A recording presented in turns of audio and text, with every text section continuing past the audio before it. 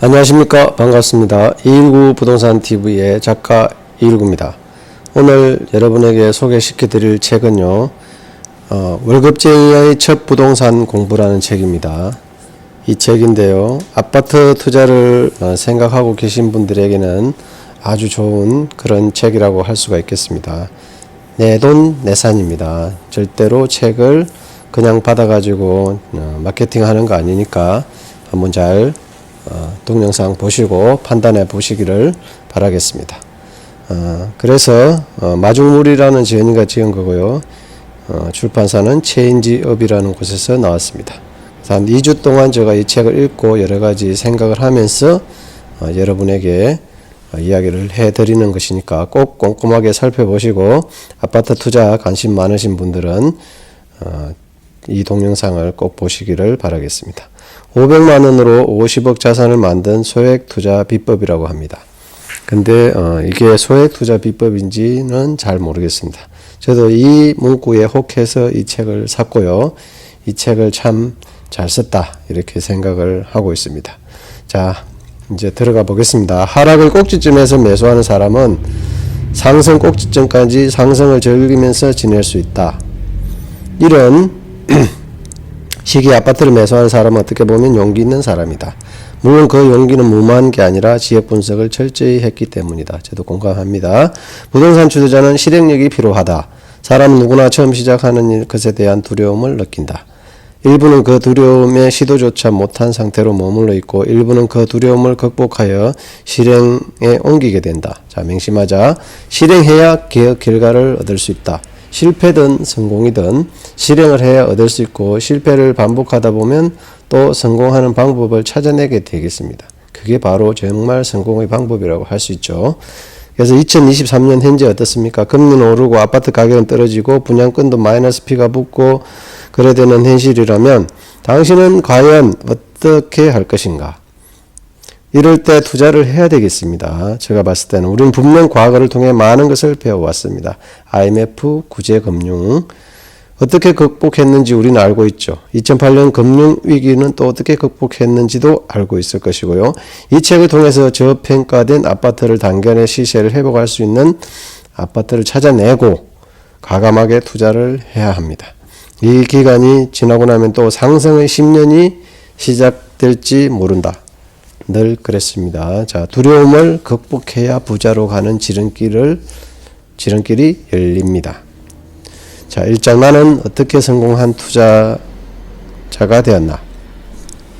2014년 서산의 주공 아파트를 1억 500만 원에 매수해서 전세가 1억 원에 6개월 후 1억 3,500만 원으로 3천만 원을 번 것이다. 600%의 수익이다. 세금은 1가구 1주택이었다면 비과세 받을 수 있었을 것이고요. 나라면 과연 이 모르는 지역에 이런 아주 싼 아파트에 투자했을까? 저도 망설이겠죠. 아무리 돈이 보인데도 모르는 지역을 투자할 때는 항상 여러분은 신중하게 투자를 하시기 바랍니다. 정말 철저히 공부를 하고 비 같은 내 돈을 잃지 말아야 합니다. 원금 손실 정말로 하지 말아야 되겠죠. 자, 1장 나는 어떻게 성공한 투자자가 되었나. 이 저자의 아주 서산 아파트 투자기를 참고해야 되지 이대로 하면 안 돼요. 항상. 자, 그래서 마중물의 키포인트. 3개월 동안 책을 읽어라. 닥치는 대로 책을 읽어라. 중요한 내용을 필사해라. 필사한 노트를 시간 지날 때마다 반복해서 봐라. 책을 집필한 저자들의 핵심 노하우를 캐치해서 따로 노트에 필기해라. 아주 좋은 방법입니다. 이 방법대로 하면 분명히 여러분이 성공할 수 있을 것입니다. 이 방법대로 저도 이 책을 보지 않았을 때도 꾸준히 하고 있고 제가 책을 쓸 때도 마찬가지로 여러 가지 책을 참고해서 썼었고요. 공부를 많이 하고 충분한 지식을 습득하고 경험을 쌓은 후에 하고 있으니까 저자들의 노하우라는 건 그저 그렇게 생긴 게 아니고 엄청난 내공이 있다는 것입니다. 대부분. 그래서 참고해 주셨으면 좋겠고요. 매수금이 3억 1천만 원인데 전세금 2억 9천, 실투자금 2천만 원, 1차 추가 매수금액 3억 5,500만 원, 전세 3억 2천, 투자금 3,500. 아파트 두 채가 생긴 겁니다. 아마 일산 고향 쪽인 것 같은데요. 자, 갭 투자했는 거죠. 이분도 4년 이상 오를 지역을 미리 선정하는 이유는 선택폭이 넓은 투자가 가능하고요. 2년 후에 오르는 전세 보증금을 하려고 해요. 전세금을 보통 올라가죠. 지금처럼 또 전세금이 떨어질 때는 아마 위험한 투자, 레버리지 갭 투자 방식이 될 수도 있죠. 생각해서 투자를 하라는 것이고요. 꼭 정답은 아닙니다. 상승장에 있으면 쉽게 매도 가능하다. 그럼 하락장에 있으면 어떨까요? 지금처럼 팔지도 못하고 이자만 내고 있고 굉장히 힘든 상황이 되고 전세금은 되려 빠져가지고 일부 돌려줘야 될 상황이 되고 빠져나가고 전세입자를 구하지 못할 상황도 될 수도 있습니다. 그래서 항상 이런 요인들을 잘 분석해서 리스크가 적은 상태에서 투자를 해야 되겠죠. 자, 투자지역 선정은 어떻게 하는가? 2016년 대전의 부동산 시장을 유심히 살펴보기 시작했다. 인접도시의 막대한 공급 물량, 이 세종시죠. 대전 지역은 신규 아파트를 공급하지 못했고 그 결과 수년간 누적 공급량이 극도로 부족했다. 공급량 극도로 부족했다는 것에 대해 밑줄 쫙 치시고 잘 생각해 보시기 바랍니다. 게다가 부동산 침체기를 거치면서 다른 지역 대비 아파트 값이 너무 내려가 더 이상 떨어질 수도 없는 상황이었다. 저도 관심을 가졌던 지역입니다. 반석동, 세종시하고 바로 가깝죠. 불과 한 10몇 킬로 떨어진 곳. 반석역도 있고요. 물론 여기가 이제 좀 저평가된 지역이고 인기가 없는 지역이지만 저평가되었다는 것으로 인해 가지고 오르겠지 하는 그런 감으로 투자를 하려고 했던 거. 저도 이 책을 보면서 깨달은 바가 많이 있습니다. 지방 광역 아파트의 평당가 순위. 그래야 저평가된 것을 알 수 있습니다. 저평가 방법을 찾아내는 이런 방법 참고하시고요. 평당가 순위만 주기적으로 모니터링해도 저평가 지역을 비교적 쉽게 선정할 수 있다. 자, 좋은 내용입니다. 아파트 평당가 순위를 잘 보시기 바랍니다. 비핵심 지역 아파트 투자는 단기 투자는 2년 안에 확실히 눈에 보이는 수익을 보고 팔 수 있는 물건들에 대하여 수익률을 극대화하라. 자, 단기간에 승부를 볼 지역들은 그것이 분석해서 파악이 돼야 됩니다.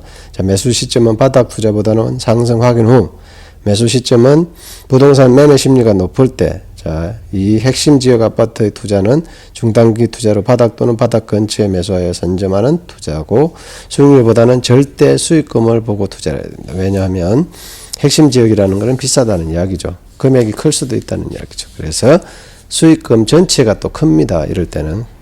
자, 2장 부동산 투자 필승법 부동산 상승 원인을 분석하라. 물가지수는 보통 매월 매년 꾸준히 상승 추세를 보이는 반면 아파트 매매가 전세가는 일정 기간 하락 또는 보합하다가 그동안 상승하지 못했던 상승분이 짧은 기간에 상승하는 모습이다. 회비통화라는 것은 화폐의 기능을 중시한 통화로서 현금 및 수시 출납 예금 등을 말한다. 간단히 말해 우리가 지금 보유하고 있는 현금 통화가 언제라도 현금화 가능한 은행 예금을 더한 것이다. 광의 통화 M2라는 것은 회비통화보다 넓은 범위로 이자 소득을 포기하면 언제든지 인출이 가능한 통화를 말하고요. 통화량과 아파트 가격의 상관관계는 통화량 1% 증가하면 집값이 0.9% 끌어올린다는 통계가 있다고 합니다. 자, 전국 주요 도시 아파트 매매 지수의 변화를 보면 또 우상향 곡선이죠. 언젠 또 떨어질 때도 있지만요. 1986년도부터 보면 이렇게 우상향하는 그런 곡선이 될 수 있습니다. 그래서 M1 나누기 M2가 높아진다는 말은 현금화를 많이 시켜 투자를 이어질 수 있다는 말이기 때문에 유동성이 증가한다는 거죠. 그래서 그때를 잘 보고 우리가 유동성이 증가했던 그 코로나 시기에도 아파트 가격이 많이 상승했습니다. 시중에 자금이 많이 풀리면 일부 작은 부동산으로 흘러들어가 부동산을 상승시키는 기폭제 역할을 한다고 이해할 수 있습니다. 지금 그런데 이자율이 올라가기 때문에 유동 자금이 굉장히 줄어들고 있는 실정이죠. 자, 통화량 증거론의 화폐 가치가 하락하고 실물 자산인 부동산은 상승한다고 이해할 수가 있겠습니다. 우리가 주목해 볼 것은 인구수보다는 세대수죠. 세대수. 다시 말해 세대수 증가수가 인구수 감소수보다 훨씬 크기 때문에 매년 일정 규모 이상의 신규 거주시설이 필요하게 된 것이고요. 자, 행정부 발표 자료에 세대수가 2248만 1466가구로 전년 대비 1.99%나 증가했다고 했다. 2015년도 대비 16년이 그렇다는 이야기죠. 근데 지금 2019년 세대수는 무려 147만 가구나 증가했다. 꼭 세대수 증가만이 그 원인이라고 판단할 근거는 있을까요? 이 저자는 이렇게 했지만 저는 의문을 가지고 있습니다. 꼭 이것만 이유는 아닐 것입니다. 결국 이것도 언젠가는 끝날 날이 올 것이고 그러면 옥석 가리기가 필요하겠죠. 여러분도 무조건 거기에 맹신하는 그런 습관을 버려야 됩니다. 저자든 전문가든 아니면 교수든 박사든 항상 우리는 의심을 해봐야 되는 거죠. 정답이 아니라는 뜻입니다. 시기별로 전국 매매 지수를 보여준 이유는 상승과 하락을 반복하여 우상향하는 부동산의 속성을 말하기 위한 것이고요. 아파트 투자의 관점에서 본다면 IMF 위기인 1998년도가 오히려 투자의 기회였습니다. 저도 그렇게 생각합니다. 이처럼 경제 위기가 부동산에 큰 영향을 미칠 것으로 판단되지만 실제로는 단기적 영향은 있지만 중장기적으로 크게 영향이 없었다. 지금 금리 인상기도 마찬가지입니다. 금리는 분명히 경제 상황이 또 안 좋아지면 떨어지게 될 것입니다. 인플레이 잡히고 경제 상황 안 좋고 실업률 증가 한번 보세요. 또 금리 내려서 경기를 활성화시키려고 분명히 할 것입니다. 그래서 흐름이죠, 흐름. 자, 꾸준히 관심을 갖고 공부하다 보면 자기도 모르게 부동산을 바라보는 시각이 많이 바뀌어 있을 것이다. 자, 3장 부동산 투자 필성법 아주 중요합니다. 아파트 가격의 매매, 전세 증감, 전세 지수. 자, 이거 아파트 가격 변동 요인이 어떤 게 있을까요? 자, 1번 수요와 공급 중요하죠. 수요랑 인허가 물량, 착공 물량, 입주 물량, 미분양. 지금 미분양이 많이 나고 있습니다. 그래서 잘 살펴보셔야 된다. 경기 성장률도 보셔야 되고 소득이 또 올라가는지도 보셔야 되고 심리인데 매수 우위 지수, 전세 수급 지수, 매매 거래 지수, 전세 거래 지수 이런 지수, 심리 지수를 잘 보셔야 되고요. 유동성, 가수요가 거래량인데 외지 거래량, 외지인 비율도 보셔야 되고요. 정부 규제, 대출 규제나 분양가 상한제 등도 잘 보셔야 되고요. 나는 그중 매수 우위 지수를 가장 중요하게 보며 일주일에 한 번은 반드시 데이터를 확인한다. 매수 우위 지수란 지수만 봐도 전국 흐름을 파악할 수 있고 상승 시점을 유추해낼 수 있다. 중요합니다. 근데 이 매수 우위 지수를 누가 말하냐? 밑에서 나올 테니까 보십시오. 전국의 인허가 물량이 말해주는 것은 전국적으로 2015년 인허가 물량이 53만 4,931가구로 가장 많았으며 2016년부터 지속적으로 인허가 물량이 감소하고 있다. 전국의 인허가 물량은 2000년부터 2018년까지 연평균 38만 세대 기억해 두세요.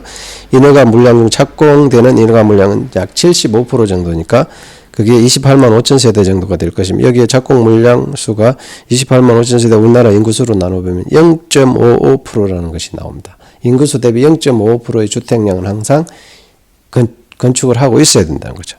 자, 그래서 데이터를 얻을 수 있고 약 20년간 평균 착공 물량 측정 수요량으로 보는 것이고요. 이 수치를 각 도시별 인구수에 대입하면 각 도시별 적정 수요량을 보는 것이고 아주 중요하죠. 이 수치를 각 도시별 인구수에 대입하면 각 도시별 적정 수요량을 알 수 있는데 예를 들어 대전시 인구가 약 448만 명 정도라면 0.55로 곱하면 약 8,149가구가 나온다고 합니다. 매년 신규 입주 물량이 8,149가구 정도가 되어야 수요와 공급의 밸런스를 유지할 수 있다고 하는 것이죠. 지역적 특수점 감안하면 0.55% 플러스 마이너스 알파 정도가 우리가 기준점으로 삼을 만한 수치가 나옵니다. 아주 중요해요. 0.55 플러스 마이너스 알파가 우리가 인허가 착공 물량이 된다고 합니다. 2017년도 세종시 입주 물량을 정점을 거치로 2018년부터 세종시 입주 물량 감소 추세에 있었으며 대전의 누적 공급 물량 부족으로 인해 폭발적인 아파트 상승률을 현재 기록하고 있다. 이 사람이 이런 디테일한 부분에서 아주 강한 분 같아요. 자, 미분양 물량 자료 확인 방법은 통계누리 사이트에서 데이터를 확인해 보시기를 강력히 추천드린다고 하는 전국 미분양 물량 흐름을 쉽게 파악할 수 있다. 지금 현재 어느 정도 나왔나요? 6만 8천 가구 정도죠. 7만 가구에 육박하고 있습니다. 상당히 많으니까 지금 조심해야 된다는 뜻이고요. 자, 매수 심리, 아까 이야기했죠. 매수 심리가 어떤지를 잘 보라고요. 매도자가 많은, 매수자가 많은 비슷함, 이 세 가지 중에서 공인중개사가 선택하도록 되어 있는데, 뭐 주관적이겠지만, 그래도 어떤 그 조사 건수가 굉장히 많다면 아주 신뢰도가 높은 수치라고 볼 수 있죠. 자, 매수 우위 지수는 100 플러스 매수자가 많은 비중에서 매도자가 많은 비중 빼버리면 100을 초과할수록 매수자가 많다는 의미니까, 이게 바로, 나중에 이제 매수 심리가 우위라면 가격이 올라갈 가능성이 상당히 많다는 거죠. 잘 보시고요. 매수 우위 지수를 오랜 기간 관찰하다 보면 상승 시기를 어느 정도 유추해낼 수 있다. 아주 중요합니다. 매수 심리 지수. 아까 인허가, 착공 물량 이런 것도 봐야 되지만 매수 심리도 잘 보셔야 된다. 전세 수요에 비해 전세 물량이 어느 정도인지 공인중개사를 통해 조사한 지표인데 전세 수급 지수는 100 플러스 공급 부족 비중 마이너스 공급 충분 비중. 100을 초과할수록 공급이 부족해서 부족하다는 뜻입니다. 그래서 매매 거래 지수는 한 지역의 매매 거래가 얼마나 활발한지를 알 수 있는 지표이고, 활발한 보통 한 사람 세 가지 중에 하나를 공인중개사가 선택하도록 하여 만들어진 지표인데, 매수 거래 지수는 100 플러스 활발한 비중 마이너스 한 사람 비중, 100을 초과할수록 활발한 비중이 높음. 자, 거래가 활발하다는 뜻은요, 앞으로 또 가격 상승이 예상된다는 것으로 바꿔볼 수 있죠. 자, 키포인트는 매매 지수는 기준 시점 2019년 1월 주기적으로 변동됩니다. 아파트 가격 지수를 100으로 설정 후 상대적으로 아파트 가치를 나타낸 것으로서요. 매매 정감률 전주 또는 전월 대비 매매 변동률을 나타내고, 매수자가 많으면 매수세고, 매수를 원하는 사람이 얼마나 많은지를 나타내는 지표이고, 매도자가 많으면 매도세로서 매도를 원하는 사람이 얼마나 많은지를 나타내는 지표로, 매수자가 많을수록 매수자 많음, 매수세 증가, 반대로 매도자가 많으면 매도세가 증가하는 것으로서 매도자가 많으면 감소한다. 매수자가 많으면 당연히 매도자는 줄어들겠죠. 아파트 거래량이 증가한 초기에는 아파트 매매가가 크게 상승하지 않는다. 당장 상승하지 않는데요. 거래량이 증가하는 아파트는 유심히 살펴보다가 중간에 매수해도 충분히 매매가 상승에 동참할 수 있다는 얘기다. 자, 거래량이 선반영되는데 거래량을 보면서 판단해서 매수 시점을 정하고 들어갈 수도 있다. 가격은 그때까지 오르지 않고요. 한참 거래가 되고 나서 오른 거니까 후행이죠. 가격은. 그래서 잘 보시라는 거고요. 동단위 아파트 흐름 읽기. 이것도 중요하죠. 아파트 거래량 흐름만 잘 살펴봐도 투자 진입 시점을 판단할 수 있다는 것이다. 실거래가 공개 시스템. 전문가들이 다 거래량 증가하면 오른다 이런 이유가 그런 것에 된다. 심리가 바뀌는 거죠. 벌써 매수 위로. 그러면 당연히 아파트 가격 올라가는 거고요. 매도세가 꺾여버리면서 매도할 물량이 줄어들고요. 그럼 가격이 올라가는 거죠. 자, 서울 아파트 가격이 많이 올랐는데 앞으로 떨어지지 않을까요? 근데 공급 물량. 자, 삼총사를 보면 데이터를 유심히 살펴보면 미래의 부동산 시장을 어느 정도 가늠해 볼 수 있습니다. 이게 뭐냐면 수요와 입주량 보셔야 되고요. 주택 인허가 실적, 아까 보시면 되죠. 통계청에 가도 되고요. 여러 가지 찾아볼 수 있는 자료들 많이 있으니까 보시면 되고, 미분양 물량, 지금 미분양 물량 전국적으로 나왔죠. 거의 7만 가구 육박하다는 거. 그래서 이런 삼총사 데이터를 잘 확인하다 보면 여러분이 아파트가 언제쯤 어느 지역이 어느 단지가 어느 동이 오를 것까지도 알 수 있다는 것을 디테일하게 이 책이 설명해 주고 있습니다. 상당히 제가 봤을 때는 잘 쓴 책, 괜찮은 책이에요. 그래서 이 책이 많이 팔렸는지 안 팔렸는지는 저하고 관계없고요. 중요하지도 않고요. 제가 봤을 때는 아주 좋은 책이니까 여러분들이 꼭 한번 과거 데이터지만 앞으로 이런 방법에 의해서 분석해서 여러분들이 아파트 투자하실 분들은 충분하게 보고 판단하고 연구해서 들어가면 손실도 줄이고 리스크를 최소화해서 부자의 길에 들어서게 된다. 자, 50억 벌만하죠. 500만 원으로. 이런 분들을 잘 공부하고 참고하다 보면 여러분도 언젠가는 부자 대열에 들어가게 될 것이라고 저는 확신을 하고 있습니다. 그래서 저도 안성에서 토지를 중개하는 중개사로서 여러분들에게 꾸준히 공부를 연구하고 공부해서 알려드리도록 하겠습니다. 자, 219 부동산 TV의 작가 일구였습니다. 감사합니다.